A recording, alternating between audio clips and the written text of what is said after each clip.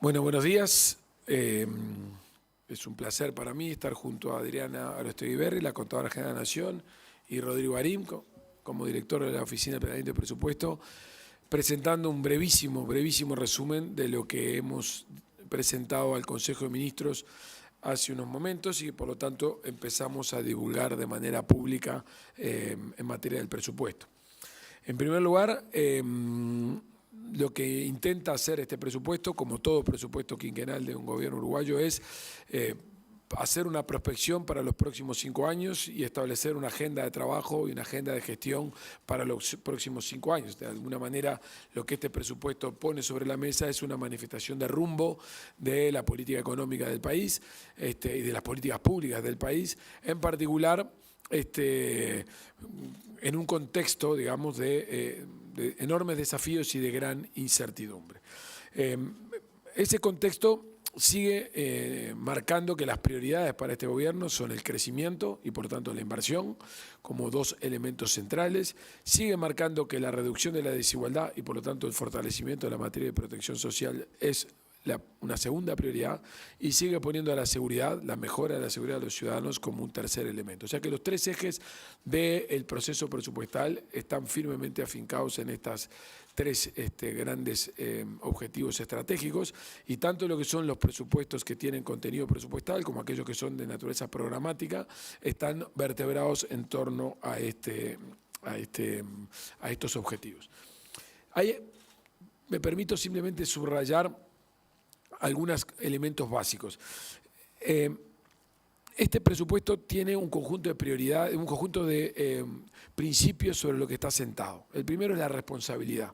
La responsabilidad porque la situación fiscal de cualquier país tiene que ser velada de manera intertemporal, de manera tal de asegurarle tanto a quienes toman decisiones a nivel local como a quienes ven a Uruguay como una oportunidad de inversiones, como también a quienes son financiadores de operaciones públicas en Uruguay, un contexto de predictibilidad. Y por lo tanto es un presupuesto que asume los desafíos de la restricción fiscal imperante y por lo tanto es un presupuesto que mantiene un horizonte de responsabilidad. En segundo lugar, un tema de transparencia.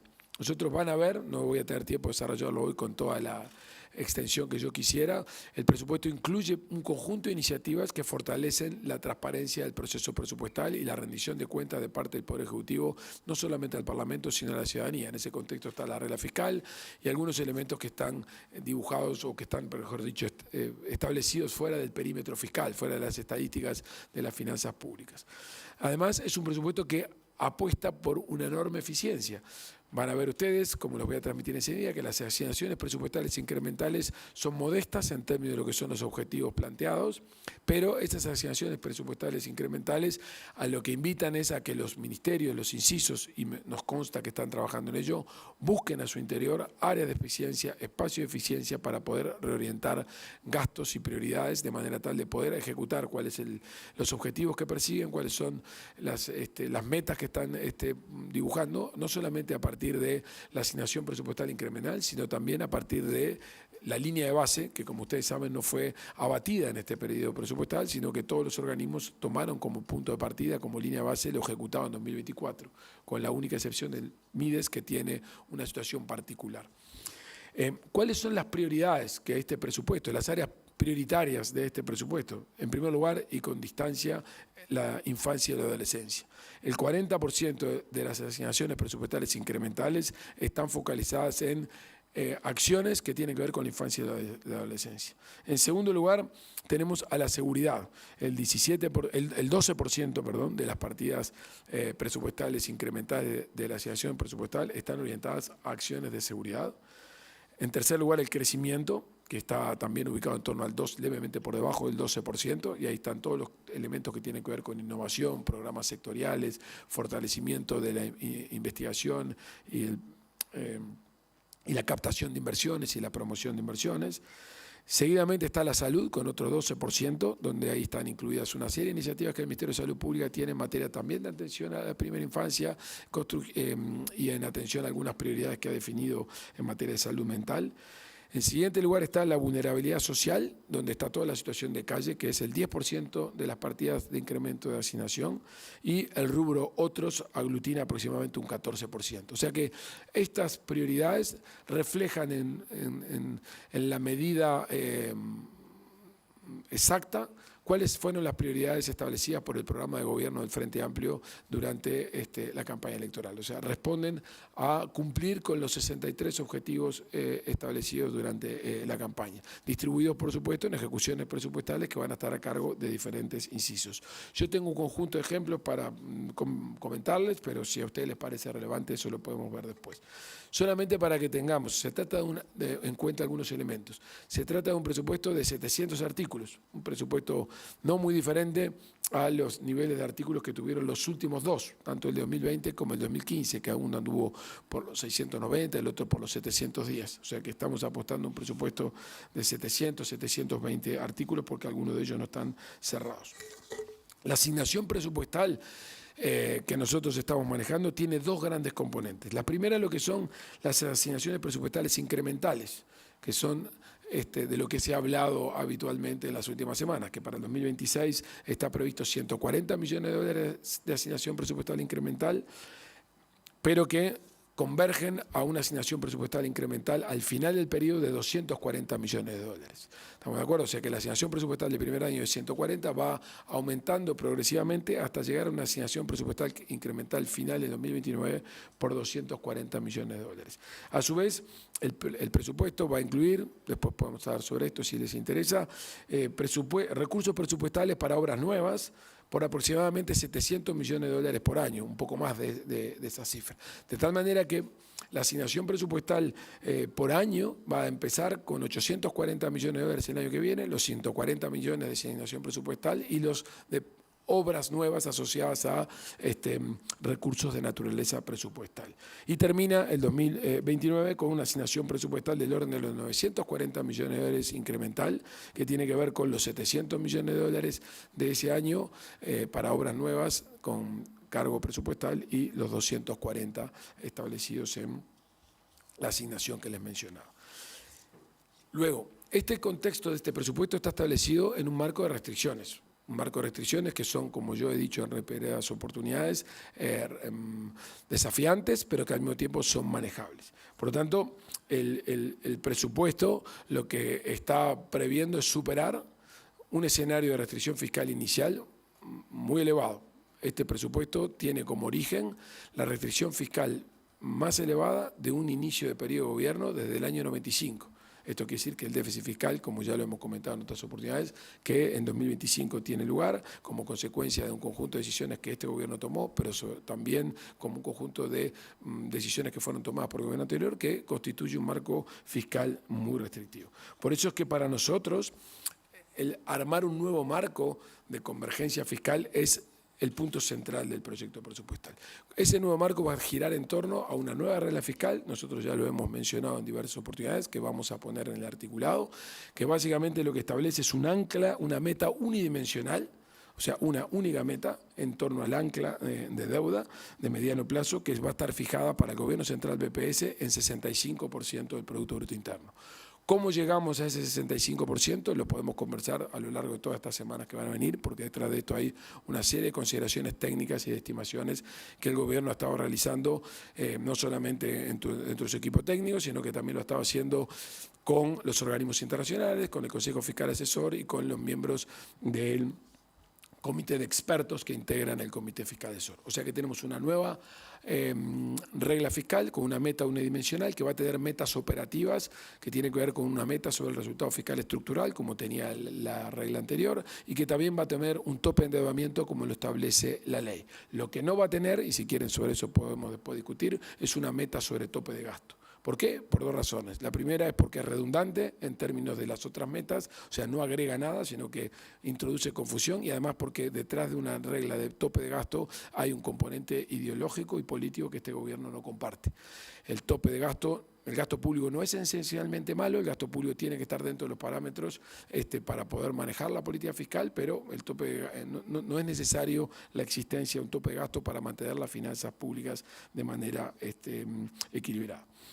Por lo tanto, lo que estamos haciendo en este marco de restricción fiscal y con ese horizonte de tope de deuda es establecer un programa de convergencia fiscal a lo largo de los 5 años que va a suponer una mejora del resultado fiscal de aproximadamente 1,5 puntos porcentuales del Producto Bruto Interno. O sea, vamos a hacer una corrección del resultado fiscal de 1,5 de puntos porcentuales del resultado fiscal. ¿Eso a dónde nos lleva? A que al final del periodo vamos a estar en equilibrio presupuestal primario, o sea, antes del pago de intereses vamos a estar en un resultado equilibrado. Para hacer eso, esencialmente lo que el presupuesto está incluyendo es un gasto como porcentaje del producto en el mismo nivel que está hoy, en año 2025, y un incremento de los ingresos como porcentaje del producto moderado, como voy a explicar enseguida.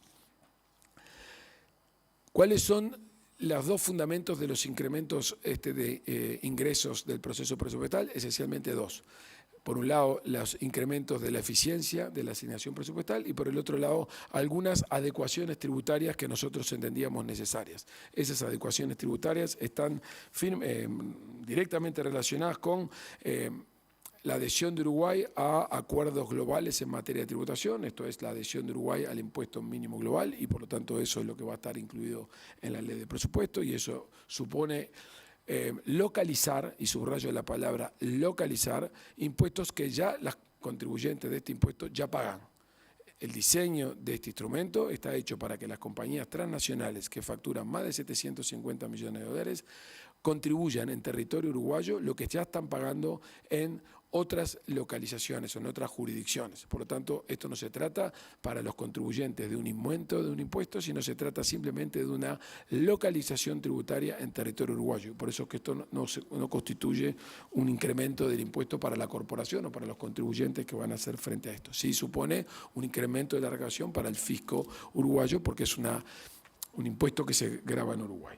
A su vez, va a haber algunos elementos que tienen que ver con ajustes técnicos para establecer la equidad horizontal en impuestos que ya existen. El primero es el tratamiento equitativo de ganancias de capital, local versus el exterior. Ustedes saben hoy que en Uruguay el tratamiento a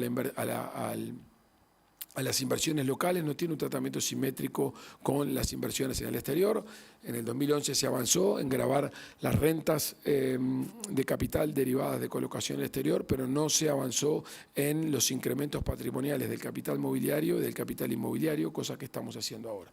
Típicamente es el caso de una acción que se compra a 100 y se vende a 120, ese diferencial de precio, esa ganancia, de incremento de ganancia que tiene el accionista el inversionista por haber comprado esa acción, no está hoy grabada, cuando es una acción comprada en el exterior, va a pasar a estar grabada al momento del rendimiento. Ese es un típico cambio que hay, pero no es una introducción a un cambio al gravamen de los rendimientos del exterior, porque eso fue introducido en 2011, simplemente lo que estamos haciendo es corregir algo que en 2011 quedó, por razones que confieso que no sigo sin entender, sin ser incluido. Así que estamos haciendo una normalización en respecto a eso.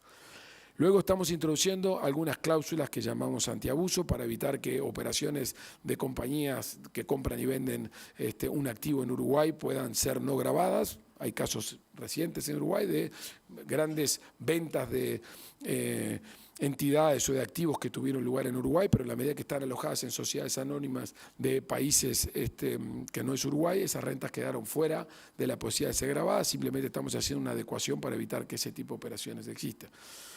Y finalmente, como saben, el más popular y más conocido de todos, estamos introduciendo una modificación sobre el régimen de envíos express, que también entendemos que es un ajuste técnico para equiparar horizontalmente los impuestos existentes. Hoy las importaciones de cualquier monto superior a los $600 están gravadas por un conjunto de impuestos, en particular por IVA. Nosotros vamos a introducir solamente un gravamen de 22% a aquellas compras que se hagan por envíos express. Vamos a su vez a habilitar una ampliación de esa franquicia, o sea, hoy se pueden comprar por $200 tres adquisiciones, nosotros lo vamos a llevar hasta 3, o sea que podría ser una sola, pero hasta 3 a $800, de manera tal de que por un lado introducimos un impuesto de 22% y por otro lado ampliamos la franquicia. Y eso forma parte de la estrategia, digamos, de ingresos modificaciones de ingresos que el presupuesto tiene. O sea que se trata de un presupuesto que pretende encontrar un conjunto de oportunidades. Es un presupuesto audaz en muchos sentidos, porque es un presupuesto que tiene restricciones importantes, es un presupuesto que introduce innovaciones tributarias que vamos a tener mucho trabajo, en particular yo, de explicarlas con claridad, pero es el presupuesto que permite darle fundamento y darle contenido a las iniciativas de gobierno que el gobierno del Frente Amplio, en el marco de las restricciones fiscales, pero también en el cumplimiento de lo que fueron los compromisos asumidos en campaña, pueden ejecutar. Por lo tanto, con esto yo he hecho un resumen muy rápido, estamos hablando de un presupuesto, como decía, con 700 artículos, con casi 300 páginas de exposición de motivos, pero con gusto, tanto Rodrigo como Adriana como yo, podemos responder preguntas. Como ustedes saben, esto vamos a presentarlo al Parlamento el día domingo y por lo tanto la semana que viene, el día viernes 5, el equipo económico va a comparecer al Parlamento, a la Comisión de Presupuesto integrada con Hacienda de Diputados, a presentar el presupuesto, y ahí seguramente nuestra exposición va a ser bastante más larga y las preguntas van a ser bastante amplias de parte de los legisladores. Así que muchas gracias por su atención. Gracias, señor ministro. Vamos a habilitar el espacio para las preguntas. Como siempre, les pedimos que se identifiquen con su nombre, el medio y que las preguntas estén referidas a la convocatoria. Gracias. Sí, buenas tardes. Fabricio Acosta de Radio Centenario. Ministro, hablando justamente de las restricciones y las expectativas que se generaron en la sociedad con respecto al tema del presupuesto, en las notas que hemos podido realizar con varios sindicatos hablan mucho del tema del mensaje complementario, lo que existe en esa posibilidad de negociar durante 20 días en Cámara de Diputados y Cámara de Senadores en el presupuesto y no en las rendiciones de cuenta. ¿Qué mensaje se puede enviar para no generar falsas expectativas y teniendo en cuenta que son varios los jugadores que de alguna forma tienen esperanzas en ese mensaje complementario para aumentar un poco más el rubro que le toca? Lo que te puedo decir es que si yo estuviera pensando en un mensaje complementario, estaría introduciendo los cambios ahora. O sea, que no hay ninguna razón por la cual yo pueda pensar que hay razones para alguien aliente expectativa de que haya mensaje complementario. El presupuesto es este. Obviamente, en la discusión política y más sin mayoría parlamentaria pueden ocurrir muchas cosas, pero el espacio fiscal que tenemos establecido y, por lo tanto, las prioridades definidas son estas. Yo concentraría la discusión en eso y no en otras cosas que el gobierno no está poniendo arriba de la mesa. Daniel de León, de Canal 12 Telemundo. Ministro, ¿se puede cumplir con este presupuesto? ¿Se puede cumplir con el programa del Frente Amplio? Le hago esta pregunta porque el 25 de agosto pasado el subsecretario de Economía decía en un comité de base que tal como estaba el programa del Frente Amplio era impagable, que no se podía cumplir con el programa. Por eso le hago la pregunta. Daniel, esta es una conferencia sobre el presupuesto, no sobre acontecimientos de la discusión política. Este presupuesto está orientado a cumplir con el marco de las restricciones fiscales las prioridades de gobierno que fueron definidas en Colonia, que por supuesto están amparadas en el programa de gobierno del Frente Amplio. Como todos los partidos políticos tienen programas de lineamientos, ideas que marcan una orientación estratégica del gobierno y que a la hora del gobierno están amparadas en anclas de iniciativas y de prioridades que fueron las 63 medidas. Por lo tanto, para este presupuesto, el ancla, digamos, o el perímetro son las 63 medidas. ¿Qué tal? Buenas tardes, Gustavo Guisulfo de Canal 5. Con respecto al impuesto mínimo global, me gustaría profundizar un poco cómo va a ser el mecanismo legislativo para impulsar esto y qué monto supone, digamos, de ingreso para el país cobrarlo localmente. ¿A qué te referís con el procedimiento legislativo? ¿Cómo se va a armar la ley dentro del presupuesto? ¿Qué es lo que establece el articulado, el texto? Son 75 artículos. ¿Tenemos tiempo? Yo lo que te digo es, lo que básicamente pretende hacer la incorporación de Uruguay al marco legal es, uno, localizar impuestos en territorio uruguayo de impuestos que ya existen. Eso supone sumarse al marco global. Este impuesto va a comprender a todos los países que están comprendidos en el marco global de acuerdo que la OCDE tiene definidos. Por lo tanto, eventualmente jurisdicciones que se fueran a excluir, que es proceso de que está en negociación a nivel G7, la ley prevé que automáticamente quedarían excluidas. Siguiente, si efectivamente no hubiera impuesto global, porque cae el marco global, no va a haber impuestos sobre los contribuyentes uruguayos. Y luego hay, no te puedo decir, yo creo que no estaría en condiciones de darte todas y cada una de las explicaciones de lo que hay ahí, porque son cosas que son filigranas para lo cual precisaría tener asesor tributario. Hay muchas cosas, pero ese es los principios básicos, es gravar a todas las compañías multinacionales que facturan más de 750 millones de dólares, que tienen ganancias, en el marco de un impuesto global que está definido por la OCDE, al cual Uruguay adhiere, y que lo único que está haciendo es localizando ese pago de ese tributo en territorio uruguayo. Por lo tanto, para el contribuyente es un impuesto neutral.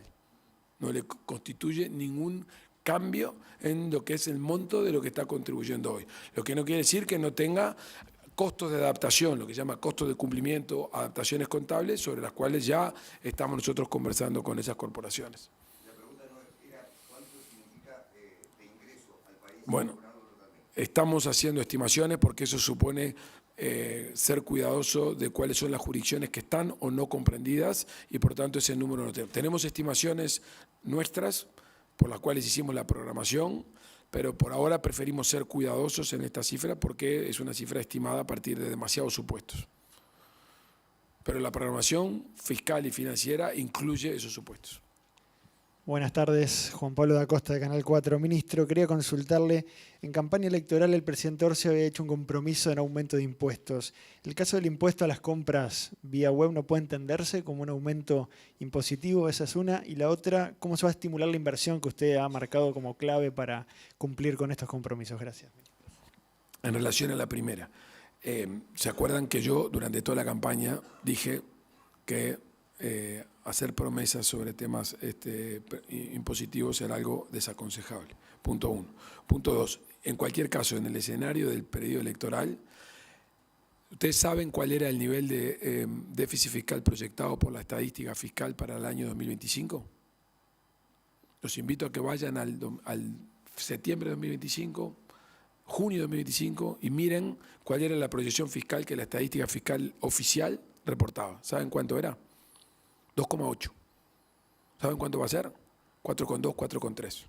Por lo tanto, yo me permito afirmar que durante 2024 nosotros vivíamos en un espejismo fiscal.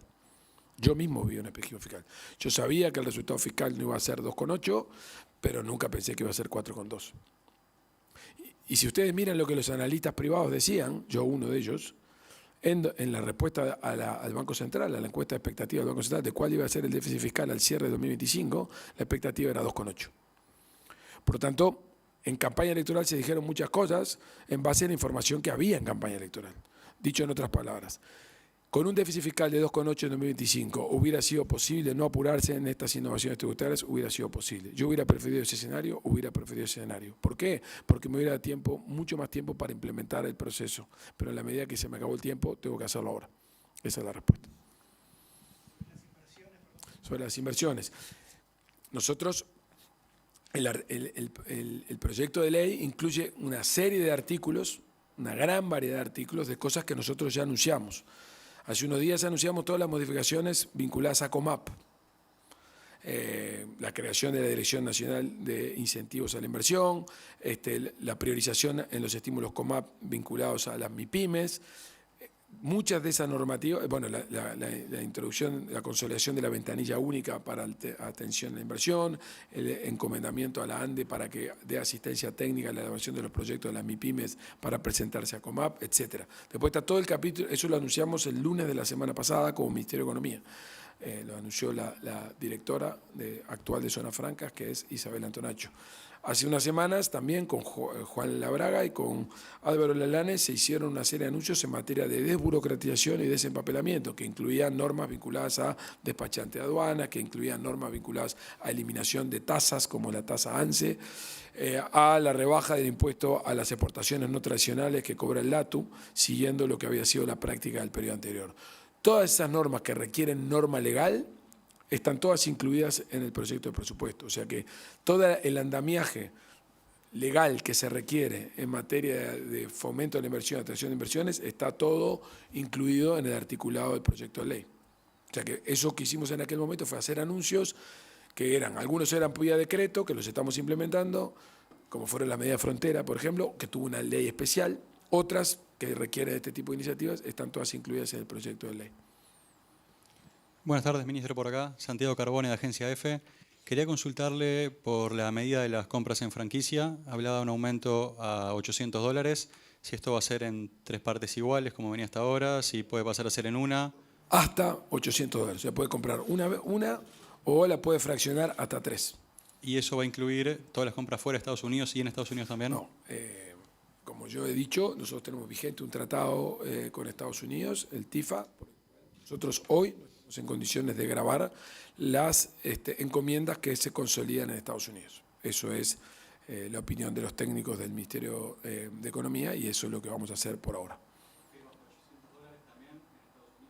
No, hasta $800. El régimen en general, lo único que aplica el 22% solamente a aquellas jurisdicciones donde estamos en condiciones de hacerlo y en principio la jurisdicción de Estados Unidos hoy está excluida.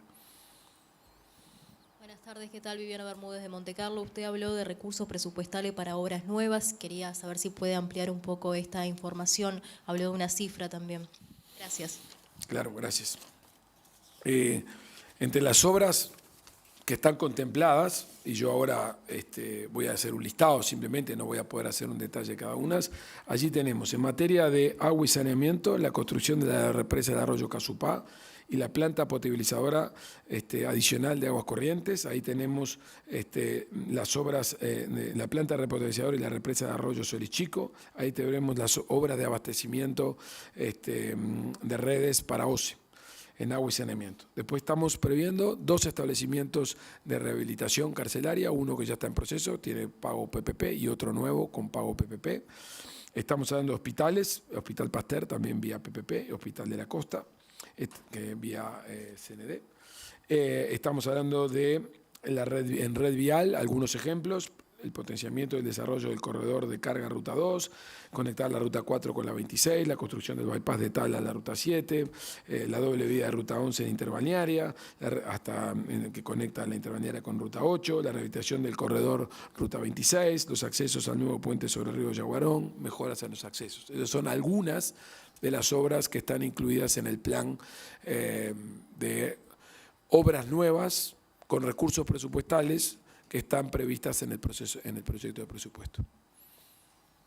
Pero son algunas. Por ejemplo, no estoy incluyendo el proyecto de área metropolitana, para el cual el proyecto de ley sí que prevé la creación de la Agencia de Transporte Metropolitano, que va a ser la que va a estar a cargo de diseñar el proyecto, pero que va a tener impacto presupuestal en algún momento del quinquenio, pero que no está incluido todavía en estas previsiones. Buenas tardes, Ken Parks de Bloomberg News. Ministro, quería preguntarle cuáles son las expectativas de crecimiento para el quinquenio que respaldan el presupuesto. 2,4. 2,4 promedio para el quinquenio. Es una meta ambiciosa que requiere de tasa de inversión importante. Esa es la meta implícita de crecimiento que está establecida en el presupuesto. Buenas tardes, ministro. Agustín Zavala, de La Diaria. Consultarle por el lado político qué cree que puede llegar a pasar en el tratamiento de este proyecto de presupuesto en el Parlamento y qué consecuencias podría tener en caso de que no se llegara a aprobar. Bueno, en el caso de que no se apruebe, se trataría de la primera vez que, desde el periodo de recuperación democrática, un gobierno no tiene presupuesto, lo cual significaría un hecho político grave. Para el ministro de Economía eso sería un problema muy importante. Difícilmente un ministro de Economía pueda permanecer en el cargo si no logra pasar el proyecto de presupuesto. Estoy siendo ambicioso con esto, ¿no? Esto es un desafío casi de tipo personal, ¿no? El gobierno uruguayo va a pasar el proyecto de presupuesto, lo cual va a suponer negociar, lo cual va a suponer contemplar inquietudes con toda la flexibilidad del mundo, solamente tomando en cuenta 2 restricciones. Una es la restricción presupuestal que el país tiene y otras son los ejes de prioridades que el gobierno entiende que son indeclinables, como es la infancia y la adolescencia, la seguridad y la salud. Si esos proyectos, si esas negociaciones conducen a que estas prioridades están contempladas y si la sostenibilidad fiscal está contemplada, toda la flexibilidad para negociar. Si esas 2 cosas no se logran contemplar, bueno, tendremos un problema de naturaleza política que va a ser difícil explicarle a nuestros acreedores externos de que no tenemos presupuesto. Bien, vamos a habilitar la última pregunta. Hola, ¿qué tal? Abril Mederos de TV Ciudad. Quería consultarle por el presupuesto destinado a seguridad, si pudieran detallar un poco más hacia dónde va a estar orientado y cuánto de ello va a estar dispuesto para el proyecto de reforma carcelaria del que se ha hablado y la descentralización del INR. Y luego un detalle que mencionó, que se van a crear 2 establecimientos carcelarios, si pueden precisar algún detalle respecto a eso. Gracias. A ver, en relación a seguridad, estamos previendo, en lo que está hoy cuantificado, el ingreso de 1.000 funcionarios nuevos para el Instituto Nacional de Rehabilitación. Estamos incorporando 1.000 funcionarios nuevos para el Ministerio del Interior. Estamos duplicando en 2 años, o sea que en 2028, la partida que cobran los ejecutivos policiales que están en calle. Estamos creando la Fiscalía de Cibercrimen, estamos creando la Fiscalía del Juzgado de la Ciudad del Plata, estamos creando, y el juzgado, la Fiscalía del Juzgado en Ciudad del Plata, estamos creando juzgados de género, estamos introduciendo recursos para medidas alternativas, fortaleciendo los recursos destinados, esencialmente tobilleras es el caso más claro, y estamos aumentando un 40% el número de cámaras de videovigilancia. Hoy hay 13.000 y vamos a ir a 18.000 cámaras. Eso es grosso modo lo que tenemos. En materia de NR tenemos una agenda que conversar, pero seguro Adriana lo tiene infinitamente más claro que yo, así que... Buenos días. Sí, en cuanto a INR, la idea es ampliar una unidad en Libertad. Sería una ampliación de la PPP actual. Bien, muchísimas gracias. Damos por finalizada la conferencia de prensa. Gracias por su tiempo.